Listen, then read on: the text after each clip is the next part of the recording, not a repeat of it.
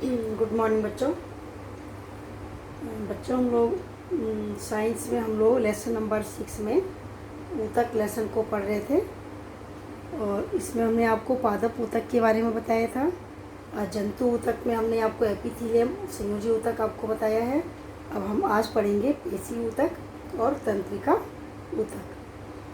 तो ये देखिए आपकी बुक में चित्र बना हुआ है पेशी ऊतक का।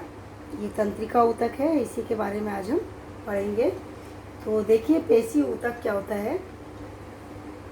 तो पेशी ऊतक जो होता है हमारे शरीर में जो होता है इसका 40 से 50% भाग जो होता है पेशी ऊतक का बनाता है। और इसकी जो बाह्य त्वचा है शरीर की अस्थि कंकाल के बीच का अधिकांश भाग जो होता है वो मांसपेशियों से बना होता है। पेशी ऊतक पेशी कोशिकाओं से बनता है और जंतुओं की एक स्थान से दूसरे स्थान तक जाने की क्षमता, बाहरी और आंतरिक अंगों को हिलाने डुलाने की क्षमता इन्हीं पेशी ऊतकों के कारण होती है। तो पेशी ऊतक जो होते हैं लंबी कोशिकाओं के बने होते हैं। जैसे देखिए लंबी लंबी कोशिकाएं इनकी दिख रही हैं, सब लंबी लंबी, तो इनकी लंबी कोशिकाएं होती हैं और इन्हें पेशी रेशा भी कहते हैं। शरीर में गति के लिए उत्तरदायी होती हैं और पेशियों में एक विशेष प्रकार की प्रोटीन होती है जिसे सिकुड़ने वाला प्रोटीन कहते हैं। इसी के कारण संकुचन और प्रसार होता है, जिसके कारण हमारे शरीर के अंदर जो होती है वो गति होती है। जैसे हम अपने शरीर के विभिन्न अंगों को हिला डुला सकते हैं, तो इसी के कारण ये गति होती है। तो पेशी ऊतक जो होते हैं कोशिकाओं की संरचना और उनके कार्य के आधार पर पेशी ऊतक जो होते हैं 3 प्रकार के होते हैं।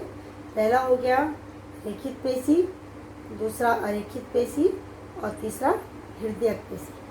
तो ये 3 प्रकार के जो होती हैं पेशी ऊतक होते हैं। पहला रेखित पेशी, रेखित पेशी को ऐच्छिक पेशी भी इसे कहते हैं, और अरेखित पेशी इसको जो है अनैच्छिक पेशी भी इसे कहते हैं। तीसरा हृदयक पेशी। तो ये 3 प्रकार की पेशियाँ पाई जाती हैं। तो पहले हम पढ़ेंगे रेखित पेशी के बारे में।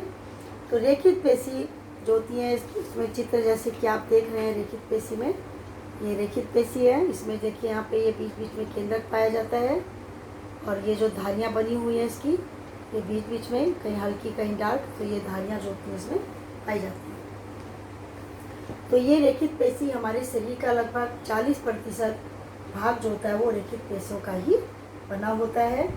प्रत्येक रेखित पेशी जो होती है वो तंतु एवं पारदर्शक झिल्ली के द्वारा घिरी रहती है और पेशियाँ जो होती हैं इनको हम इच्छानुसार जो है गति करा सकते हैं। जैसे हाथों में पैरों में जो होती हैं विद्यमान जो पेशियाँ होती हैं हमारी इच्छानुसार जो होती है आवश्यकता पड़ने पे उसमें हम गति करा सकते हैं, गति को हम रोक सकते हैं, उस पर हमारा नियंत्रण होता है। तो इस प्रकार की जो पेशियाँ होती हैं इनको ऐच्छिक पेशियाँ या इसको रेखित पेशी कहते हैं। इन पेशियों को कंकाल पेशी भी कहते हैं क्योंकि ये इनका अधिकांश भाग जो होता है हड्डियों से जुड़ा होता है और ये सारी गति में सहायता करती है। जो शरीर की जो गतियाँ होती हैं उसमें ये सहायता करती हैं। अगर इसको हम सूक्ष्मदर्शी में देखते हैं तो सूक्ष्मदर्शी में देखने पर ये पेशियाँ हल्के और गहरे रंग की जो होती हैं, एक के बाद एक रेखाओं के धारियाँ होती हैं, उसकी तरह हमको ये प्रतीत होती है।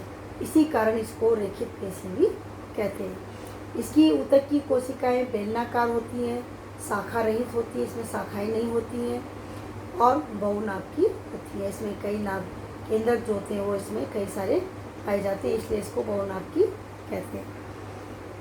तो इनका जो होता है रेखित पेशी, इनका जो होता है ये पेशियाँ जीवों में इच्छा अनुसार जो होती हैं कार्य करती हैं, इसलिए इनको ऐच्छिक पेशियाँ कहते हैं। और शरीर के समस्त हिलने डुलने वाले भाग जैसे हमारे हाथ पैर हैं, अग्रपाद पश्चपाद, हाथ और पैर आदि में से गले हो गया, इनमें जो होती है ये स्थित होती हैं क्योंकि हम शरीर के इन भागों को अपनी इच्छा अनुसार हिला डुला सकते हैं और उसको हम कंट्रोल भी कर सकते हैं, इच्छा अनुसार उसको कार्य ये करती है। दूसरा है फिर इसके बाद अरेखित पेशी। ये हो गई हमारी अरेखित पेशी। तो अरेखित पेशी जो होती है इसका संचालन जो होता है जीवों की इच्छा के अनुसार नहीं होता, इसीलिए इसको हम अनैच्छिक पेशी कहते हैं या इसको अरेखित पेशी भी कहते हैं। तो आहार नली में भोजन का प्रवाह, रक्त नलिका का प्रसार, संकुचन जैसी जो गतियाँ होती हैं ये सब ऐच्छिक नहीं होती हैं, मतलब हमारी इच्छा अनुसार नहीं होती हैं। तो इन गतिविधियों को हम स्वयं संचालित नहीं कर सकते हैं, इसलिए इन गतियों को इच्छानुसार या हम रोक बंद नहीं कर सकते, इसको कंट्रोल नहीं कर सकते, इसलिए इसको हम अरेखित पेशी या इसको अनैच्छिक पेशी कहते हैं। इनको हम चिकनी पेशी भी कहते हैं। तो ये जो होती हैं आँखों की पलक होती है हमारी, आँखों की मूत्रवाहिनियाँ, फेफड़ों में श्वसनियाँ, इनमें जो होती हैं वो पाई जाती हैं। पित्ताशय में, जनन वाहिनियों में, श्वास नली में, फेफड़ों में, रक्त वाहिनियों में, इन स्थानों में जो होती है ये पाई जाती है। तो इसको इनके अंदर जो होता है केंद्रक होता है। केंद्रक जो होता है ये एक केंद्र की होती है, इसमें एक एक केंद्रक होता है और इसलिए इनको अरेखित पेशी कहते हैं। उसके बाद देखिए नंबर 3 हृदयक पेशी। ये चित्र बना हुआ है यहाँ पे देखिए हृदयक पेशी का। तो हृदय की जो पेशियाँ होती है हृदय में पाई जाती है हृदयक पेशी, और ये जीवन भर जो होती हैं लयबद्ध होकर के ये जो होती हैं फैलने और संकुचित होती रहती हैं। और इनमें इनको जो होती है अनैच्छिक पेशियाँ जो होती हैं इसको कार्डियक या इसको हृदयक पेशी भी कहते हैं। हृदय की पेशी जो होती है ये इनकी कोशिकाएं बेलनाकार होती हैं, शाखान्वित होती हैं। ये शाखाएं देखिए निकली हुई हैं, शाखान्वित होती हैं। और हृदय की पेशी जो होती है ये एक केंद्र की होती है, मतलब इसमें एक एक केंद्र जो होते हैं इनमें पाए जाते हैं। फिर देखिए इसमें हृदय पेशी में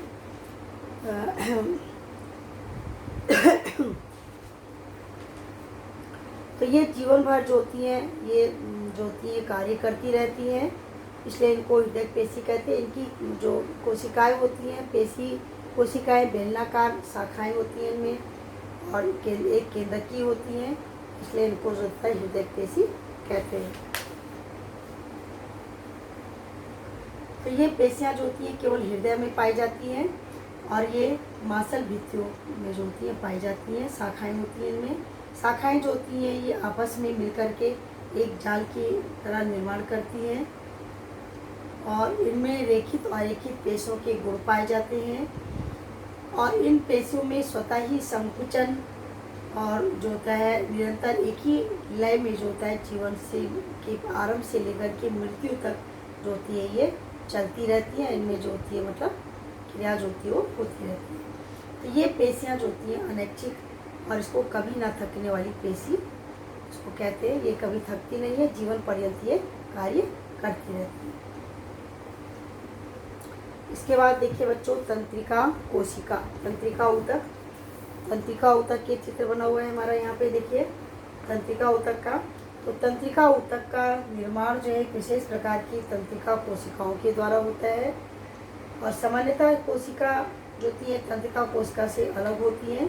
लगभग इसमें 30 अरब तंत्रिका कोशिकाएं जो होती है हमारे मनुष्य के शरीर में जो होती है वो पाई जाती हैं। और इसमें तंत्रिका कोशिका विद्युत के तार के समान होती हैं, जैसे विद्युत का तार होता है। इसमें कोशिकाएं और डेंड्रॉन, एक्सॉन ये सब इसमें पाए जाते हैं। ये देखिए डेंड्रॉन है, ये कोशिकाएं है, ये केंद्रक है, ये तंत्रिका कक्ष है। तो ये सब जो होते हैं इसमें पाए जाते हैं। तो इसमें देखते हैं हम इसके एक सिरे पर एक संवेदनाग्राही जो होता है रिसेप्टर, जो संवेदनाओं को जो होता है वो ग्रहण करता है और इन संवेदनाओं को या सूचनाओं को वो विद्युत स्पंदों की में जो होता है बदल देता है, जो तंत्रिका कोशिका के दूसरे सिरे पर स्थित मस्तिष्क में जाते हैं। और मस्तिष्क में भी केंद्रीय तंत्रिका तंत्र होता है और मस्तिष्क संदेश को ग्रहण करता है, उस पर अनुक्रिया करता है। संवेदी तंत्रिका जो होती है उद्दीपनों को, संदेशों को पेशी और ग्रंथियों के से जो होती है तंत्रिका केंद्र तक ले जाती है और इन्हें संवेदी तंत्रिकाएं कहते हैं। तो इसमें देखिए कोशिकाएं बनी है, सभी कोशिकाओं में ये उत्तेजना के अनुकूल प्रतिक्रिया करने में क्षमता करती हैं। सभी कोशिकाएं उत्तेजना के अनुकूल प्रतिक्रिया करने की क्षमता इसमें होती है। तंत्रिका ऊतक की कोशिकाएं बहुत ही शीघ्र उत्तेजित हो जाती हैं और इस उत्तेजना को बहुत ही शीघ्र पूरे शरीर के अंदर जो होती है वो एक स्थान से दूसरे स्थान पे पहुंचा देती हैं। जैसे मस्तिष्क है, मेरुरज्जु है, तंत्रिकाएँ हैं, ये सभी तंत्रिका ऊतकों से बनी होती हैं। तंत्रिका ऊतक की जो कोशिकाएं होती हैं इनको तंत्रिका कोशिका या इनको न्यूरॉन भी कहते हैं। ये तंत्रिका कोशिका या न्यूरॉन कहलाती है। न्यूरॉन कोशिकाएं केंद्रक और कोशिका द्रव्य इसमें पाया जाता है और इससे लंबे पतले बालों जैसी शाखाएं जो होती हैं वो निकलती हैं। देख रहे हैं सब निकल रही हैं, लंबे पतले बालों जैसी शाखाएं निकलती हैं। और प्रत्येक न्यूरॉन में इस तरह का एक लंबा प्रवर्ध भी होता है जिसको एक्सॉन कहते हैं। इसमें प्रवर्ध होता है, इसको एक्सॉन कहते हैं। बहुत सारी छोटी छोटी शाखाएं जो होती हैं प्रवर्ध होते हैं जिनको डेंड्राइट्स कहते हैं। ये देखिए, ये डेंड्राइट्स होते हैं, छोटे छोटे प्रवर्ध निकले, ये डेंड्राइट्स कहलाते हैं। एक तंत्रिका कोशिका लगभग 1 मीटर लंबी होती है। बहुत सारे तंत्रिका रेशे संयोजी ऊतक के द्वारा एक साथ मिल जाते हैं, मिल करके ये तंत्रिका का निर्माण करते हैं। तो तंत्रिका रेशे से गुजरने वाली संवेदनाओं को तंत्रिका स्पंदन कहते हैं और तंत्रिका का स्पंदन हम इच्छानुसार अपनी पेशियों की गति करने में ये सहायता करता है। तंत्रिका और पेशी ऊतकों का कार्यात्मक संयोजन जो होता है वो जीवों का में मौलिक रूप होता है और ये संयोजन जो होता है उत्तेजना के अनुसार जंतुओं को गति प्रदान करता है। ये हमारी तंत्रिका कोशिका है, ये इसमें केंद्रक बना है, ये छोटे छोटे शाखाओं जैसी पतली रेशे संरचनाएं, इसको जो डेंड्राइट्स कहते हैं।